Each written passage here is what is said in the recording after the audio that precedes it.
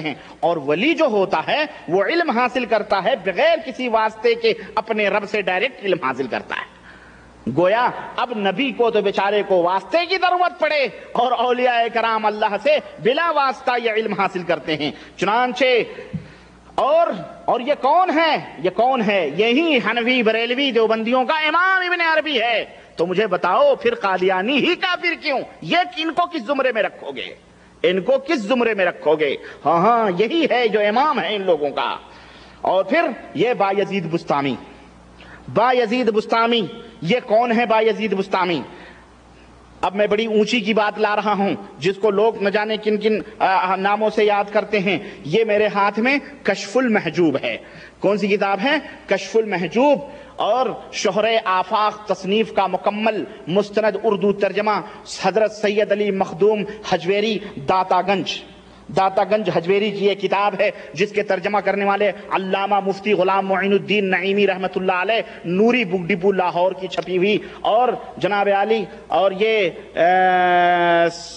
کون سے سن میں چھپی؟ سن 1978 کے اندر چھپی ہوئی یہ کتاب ہے، اور اس کے اندر داتا گنج حجویری کے مزار وغیرہ بھی بنائے گئے ہیں، اور مزار کے اوپر بڑے عجیب و غریب کتبے بھی موجود ہیں۔ یہ داتا گنج حجویری کے مزار وغیرہ بھی اس پہ بنائے گئے ہیں، اور ایک جگہ خواجہ معین الدین چشتی کا شعر بھی لکھا ہوا ہے۔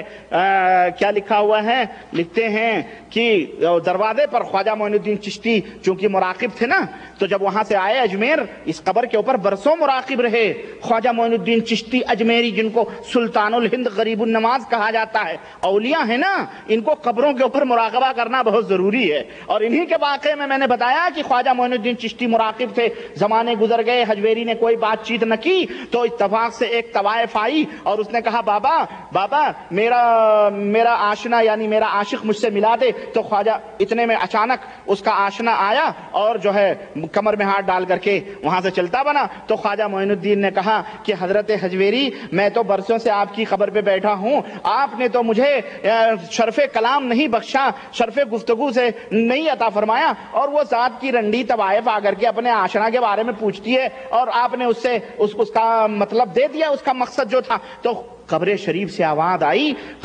آواز آئی کہ اس کا جو اعتماد ہمارے اوپر تھا اچھا تھا، اس لیے ہم نے اس کو دے دیا، اور تم سے ہمیں بڑی چاہت ہے، اس لیے یہیں بیٹھے رہو، مراقب رہو۔ تو اس وقت خواجہ غریب النواز نے یہ ایک شعر کہا تھا: گنج بخشے فیض عالم مظہر نور خدا، گنج بخشے فیض عالم مظہر نور خدا۔ نور خدا، خدا کے نور کے مظہر ہیں، اوتار ہیں، یہ ہے نا۔ یہ بھی خواجہ غریب النواز کا، سلطان الہند کا عقیدہ بھی پتہ چل رہا ہے اس شعر سے۔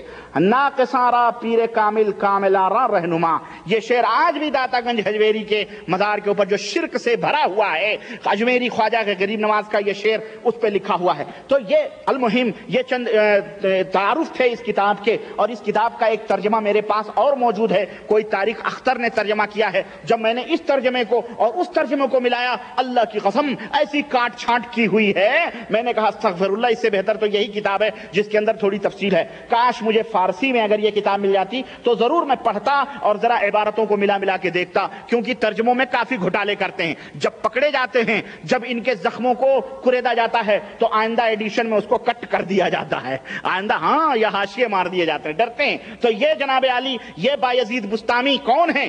بایزید بسطامی کا پہلے حلیہ میں آپ کے داتا گنج حجویری کے اس کتاب کے حوالے سے صفحہ نمبر 164 کے حوالے سے میں بتاؤں کہ ان کا عقیدہ حجویری کا بایزید بسطامی کے بارے میں کیا ہے، اور اس کے بعد میں بایزید بسطامی جو صوفیوں کے سردار ہیں ان کا قول میں آپ کے سامنے نقل کرتا ہوں، اور اس قول کی روشنی میں میں آپ سے انصاف چاہتا ہوں۔ لیکن انصاف ان سے کہاں ملے گا؟ یہ تو انصاف کے پر ہی کاٹ چکے ہیں، امن و شانتی کے پر کاٹ کر کے انہوں نے انصاف کو بالائے طاق رکھا ہے۔ یہ کہاں انصاف دیں گے؟ متعصب مقلد کبھی انصاف نہیں دے سکتا ہے، قرآن و سنت کا ماننے والا انصاف دے گا۔ لیکن خیر، عوام کی عدالت میں اس کتاب کو رکھ رہا ہوں، اور اس کتاب میں بہت ساری چیزیں ہیں، میں ابھی پڑھ رہا ہوں دھیرے دھیرے۔ چنانچہ کہتے ہیں کہ وَمِنْهُمْ، اور انہی میں سے ائمہ طریقت میں سے معرفت و محبت کے آسمان حضرت ابو یزید تیفور بن عیسیٰ بسطامی رضی اللہ تعالی عنہ ہیں۔ یہ تمام مشائخ میں جلیل القدر ہیں، ان کا حال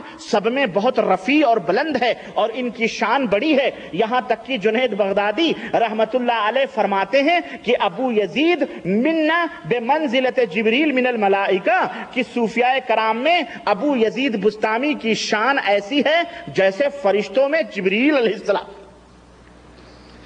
یہ داتا گنج حجویری کی کتاب ہے، کس کی؟ جس کا کمپلیکس مسٹر نواز شریف نے بنوایا ہے۔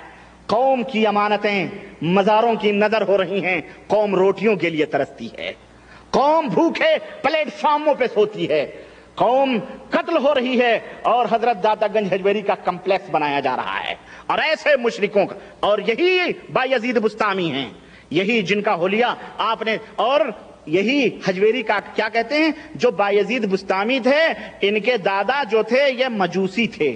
کیا تھے؟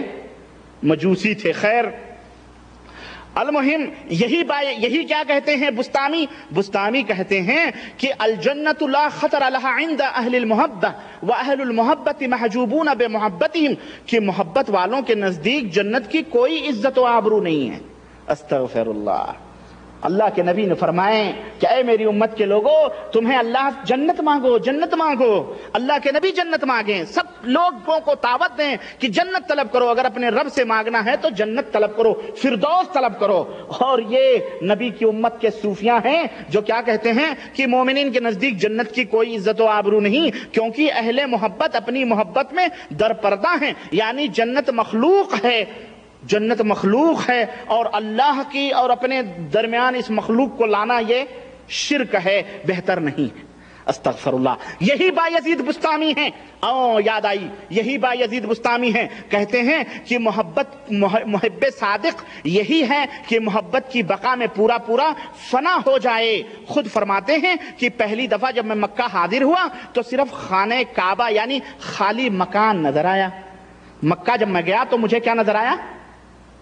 پہلی دفعہ خالی مکان دیکھا، میں نے گمان کیا کہ حج مقبول نہیں ہے، میں نے خالی مکان دیکھا تو سوچا حج مقبول، سوچو وہاں اور کون بیٹھا رہے گا، لیکن نہیں، یہ صوفی ہے نا، یہ صوفی ہیں، یہ کعبہ نہیں، ان کو تو اور کچھ چاہیے۔ دیکھیں وہاں خالی نظر آ کے نا حج مقبول نہیں ہے، کیونکہ اس قسم کے بکثرت پتھر میں نے دیکھے۔ استغفر اللہ۔ یہ کعبے کی توہین نہیں ہے تو کیا ہے؟ کعبے کی اس قسم کے پتھر بہت دیکھیں، پتھر ہی۔ یہ بایزید بستامی داتا گنج حجویری کی کتاب۔ اور سنو، کہتے ہیں دوسری مرتبہ حاضر ہوا تو خانہ کعبہ کو بھی دیکھا اور صاحب خانہ کو بھی۔ اب صاحب خانہ کون ہے خانہ کعبہ کا؟ حضرت ابراہیم علیہ السلام ہیں، اسماعیل ہیں، نبی صلی اللہ علیہ وسلم ہیں، کون ہے؟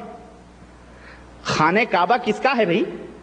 بیت اللہ، اللہ کا گھر۔ تو خانہ کعبہ کو بھی دیکھا، پہلی دفعہ ان کو اینٹ اور پتھر نظر آئے، دوسری دفعہ خانہ کعبہ بھی نظر آیا، صاحب خانہ بھی نظر آیا۔